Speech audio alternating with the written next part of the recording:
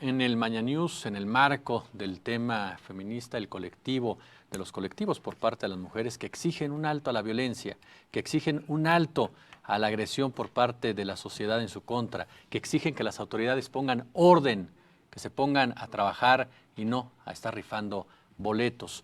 Hay diversas expresiones, diversas manifestaciones precisamente para denunciar la violencia de género, para denunciar los problemas que originan esta cruel y violenta realidad que llega, le reitero, al tema del feminicidio. Hay libros, uno de ellos sumamente interesante, No son micromachismos cotidianos. Un libro que tenemos hoy aquí a la autora y le agradecemos por supuesto muchísimo que nos acompañe en el Maña News, Heréndira Derbez, ilustradora y escritora precisamente de este texto. Hola Heréndira, ¿cómo estás? Muy buenos días. Hola, bienvenida. Buenos días, gracias por invitarme. No, por favor. No, gracias a ti por haberte echado este libro. ¿En cuánto tiempo? Lo escribimos en 3, lo editamos en otros 3 meses. Y cuéntanos cómo fue este proceso. Digo, yo que te sigo desde hace tiempo en redes sociales, sé que es un tema que tú abordas recurrentemente, pero ¿cómo fue el proceso para entrarle a este tema que además pues, tiene un timing muy oportuno, afortunadamente? Sí, es muy triste que sea tan oportuno. Sí. Realmente iba a salir a finales del año pasado, pero por temas de imprenta y editorial salió este mes. Y pues, o sea, es muy oportuno. También es muy triste que la realidad del país haga urgente que volvamos a hablar de algo que creo que ya deberíamos a estas alturas del partido ser conscientes, que es que no podemos seguir reproduciendo violencias todos los días. Y este libro justamente por eso se llama No son micro, porque no nos gusta hablar de micromachismos ya, porque sostienen algo enorme. Y ya.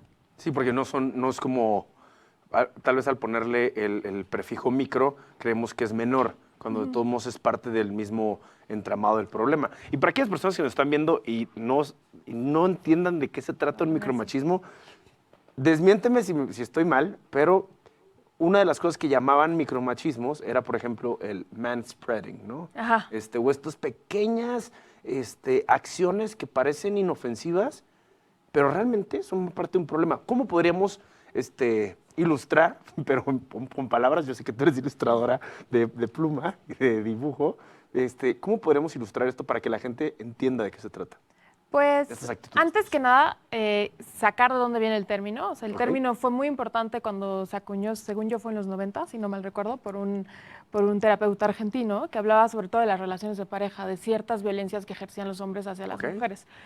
Y de repente se popularizó muchísimo. Y siempre pasa esto, que cuando algo se vuelve muy popular, de repente empieza a perder significado.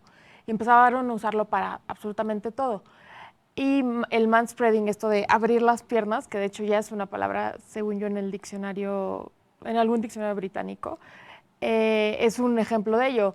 ¿Y por qué es importante hablar del manspreading? Porque es la forma en la que los hombres se apropian del espacio público y dejan claro que ellos sí tienen derecho, y en cambio una mujer jamás puede abrir las piernas en el espacio público porque le van a decir que es esto, y si le pasa algo, ella se lo buscó.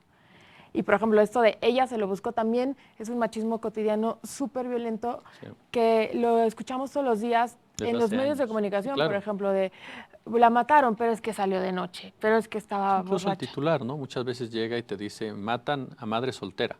Claro, como... O sea, estás condenando que sea madre soltera y estigmatizando. O madre soltera salió a divertirse y la asesinan. Claro. O sea, son titulares que lo hacen para vender, pero que efectivamente desde la narrativa de los medios de comunicación estamos perpetuando una forma de agresión y violencia en contra de la mujer. Le estás dando al clavo que normalizas la violencia y le quitas, o sea, le restas importancia. Y creo que eso es muy, en parte...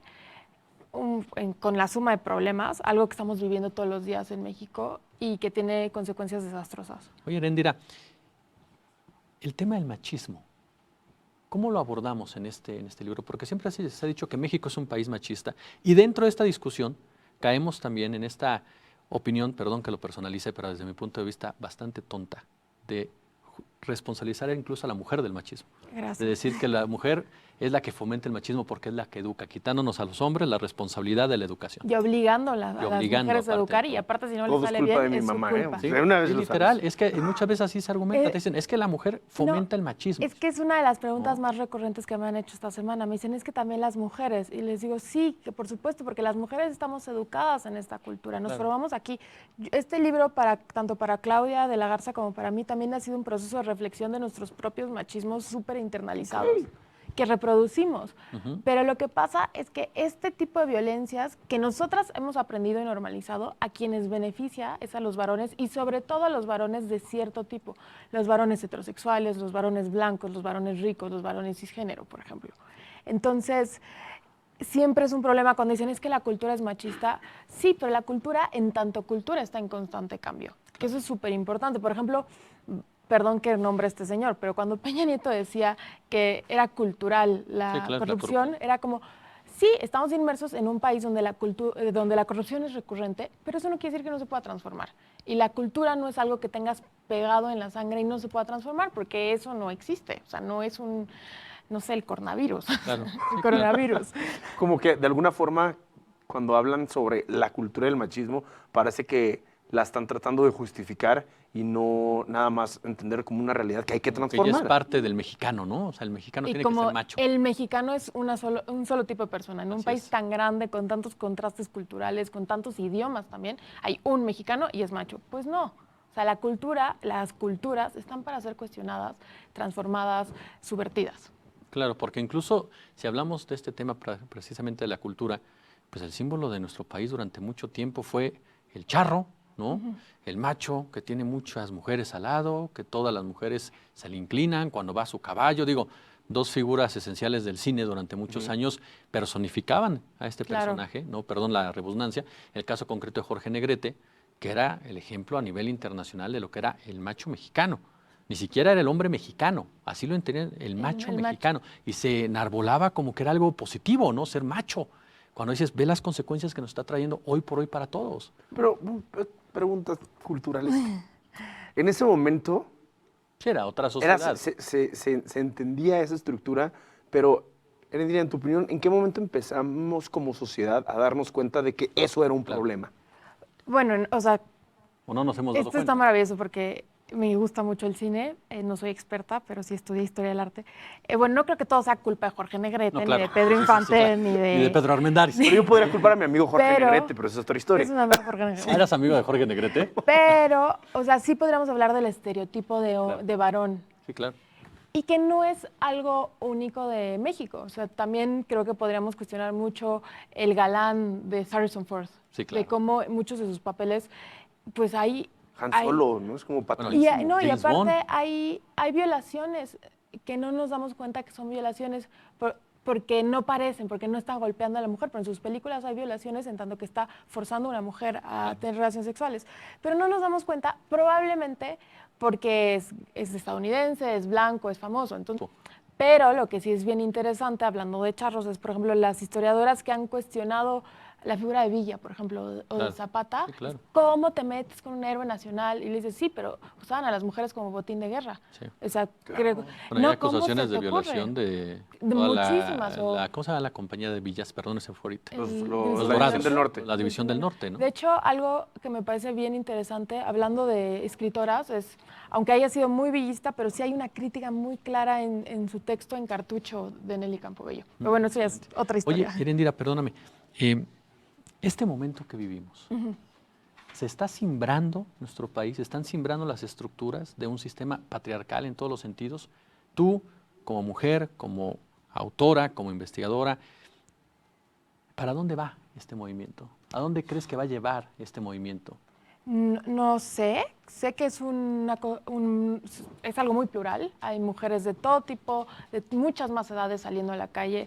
Ya ves en las manifestaciones no solamente las mujeres jóvenes o las universitarias o las de prepa, también a sus mamás, y eso es maravilloso. Ese cambio está increíble. Y eso me parece precioso y creo que también tiene que ver mucho con el tema de cómo el sexenio pasado protestamos muchísimo los jóvenes y eso ha hecho que la forma de entender la protesta haya cambiado. Pero también creo que es algo global y sí creo que está sembrando cosas en tanto que yo estoy aquí hoy. Probablemente hace 10 años jamás me hubieran invitado a un programa así, a platicar de mi libro. Yo creo que lo siguiente es que vengan más voces, no solo la mía, sino las de mujeres de otros espacios, de otras partes del país, que también cuenten su experiencia y bueno, que todas podamos publicar, hacer películas, escribir tesis, hacer lo que queramos. Claro. Me quedo con eso, hacer lo que quieran. Pues ahí lo tienen, el libro No son micromachismos, machismos cotidianas, de Claudia de la Garza y Erendira Derbez. Erendira, muchísimas gracias. ¿Dónde pueden encontrar el libro? Si es que todavía lo encuentran. Está en muchas librerías, pero se acaba rápido y de repente reponen, pero bueno, pues supongo que el primer tiraje se va a ir rapidito. Y el jueves tenemos una presentación en la Rosario Castellanos, en el Cine Lido, a las 7 de la tarde. Perfecto, pues ahí lo tienen, vayan a la Rosario Castellanos, búsquenlo en su librería de confianza y si no, escríbanle Derbez. @Derbez para pedirle pues, y decirle dónde se puede encontrar su libro. Vamos a un corte comercial y continuamos con más información.